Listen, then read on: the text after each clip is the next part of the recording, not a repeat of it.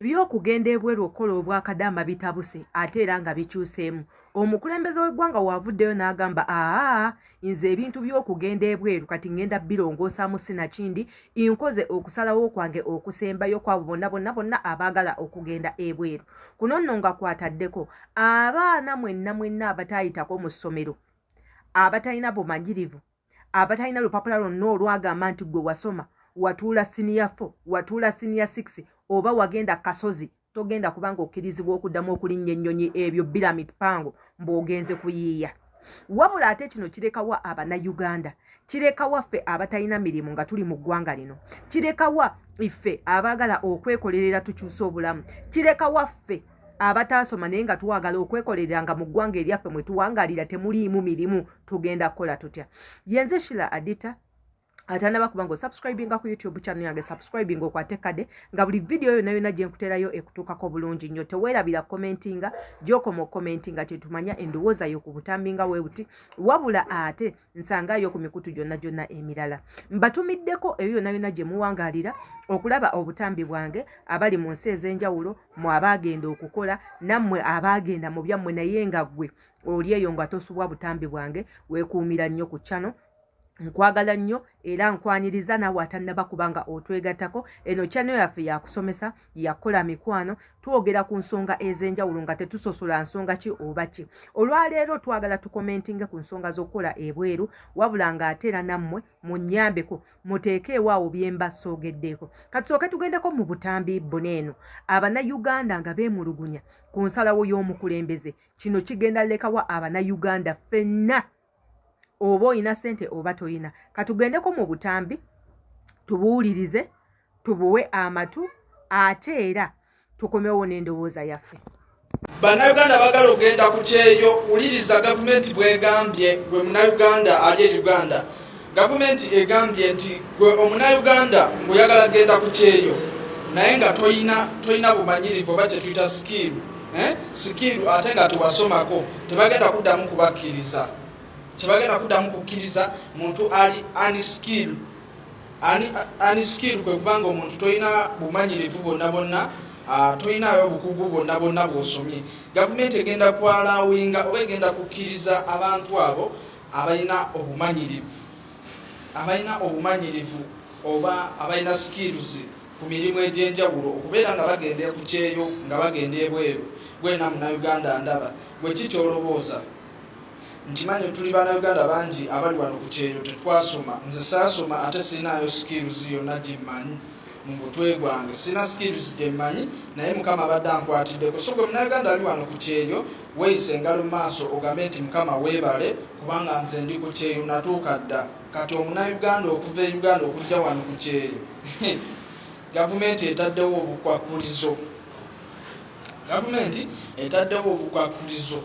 n'egamba nti Bannayuganda kati okugenda ku kyeyo olina okubeera n'obumanyirivu kye tuyita skills, olina okubeera ne skills. Gwena munnayuganda ndaba kikyolobooza ku nsonga eyo mu comment section.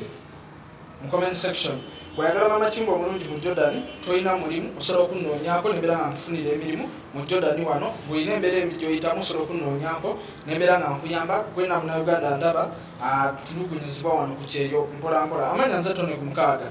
Tuli mu kwogera ku nsonga y'okubeera nga gavumenti egenda kuddamu kukkiriza Abannayuganda abatalina bumanyirivu kujja ku kyeyo oba kunoonya mirimu. Obwo nno bwe bumu ku butambi bw'Abannayuganda abawangaalira ebweru, ate era nga batandise n'otugamba nti abamu ku abo abamalako edda contracts zaabwe ne bakama baabwe baabagaana okuddamu okubongera mu contract endala nga babagamba badde ewaka. Wabula ate nga nnaku zino n'okutambula okusala eggwanga lyaffe okuyingira ensi ezo abantu gye bagenda okunoonyeza ssente oba omunnayuganda gy'ayagala agende ayiize ennaku zino bizibu nnyo.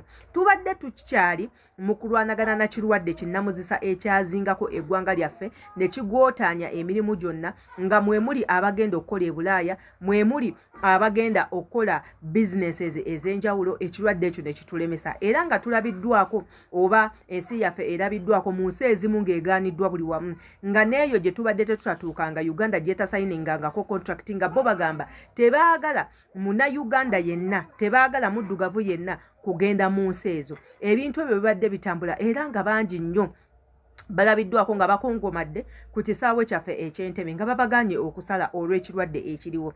Abannayuganda bwe bakitegeera nti ekirwadde kyandiba nga tekiriiyo ne batandika okukola obutambi obw'enjawulo be baganye okugenda okukola ebyabwe ne bakola obutambi ne beemulugunya obutambi ne bufuuka obutambi ne kireetera omukulembeze okumanya nti kirabika abantu bange b'enfuga imbawa nnyo ebbeetu ery'okubeera ku masimu ne boogera ebintu byonna byonna ebitasaana.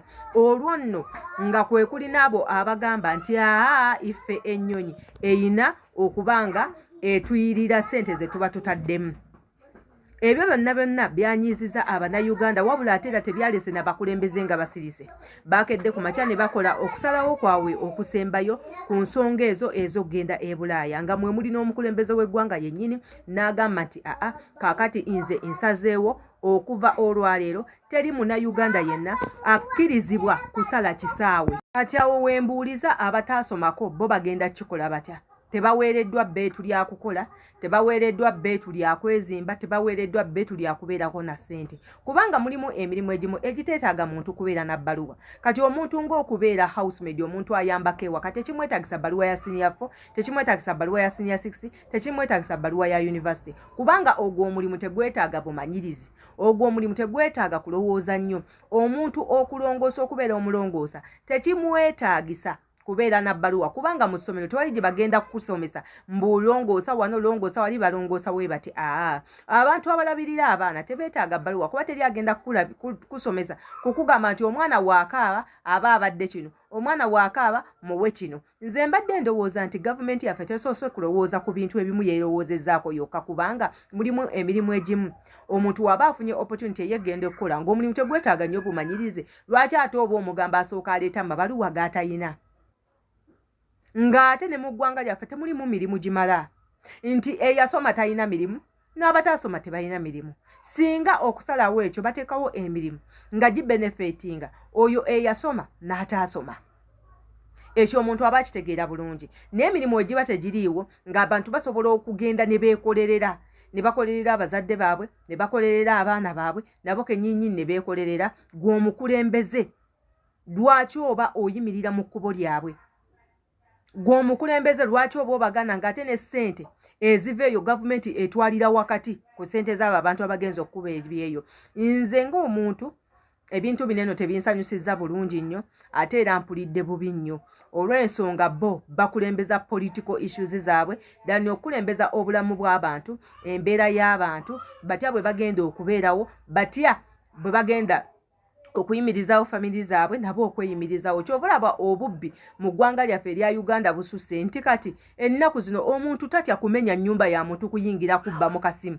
Mbwe ennaku zino omuntu tatya kuyingira nnyumba ya muntu kubba ng'agenze kubba ka laptop, agenze kubba ka robot, agenze kubba obuntu obutono. Lwaki? Abantu abasinga tebalina mirimu, abantu abasinga baavu, abantu abasinga tebalina ssente. Kati ng'omuntu asobola okukola all the possibility n'ayingira ennyumba y'omuntu naye ng'agenze kubba makolooni, n'ayingira ennyumba y'omuntu ng'anoonyeyo ku muceere, n'ayingira ennyumba y'omuntu ng'agenda kubba butto. Nze mbadde ndowooza nti nno ekintu kino ekyasaliddwawo omukulembeze addemu akirowoozeeko, bawe abantu ebbeetu erigenda okusoma, mpozzi bateekewo erigenda okukola, bateekewo obuteesi mateeka gatya agagenda okufuga abantu abo abagenda okukola.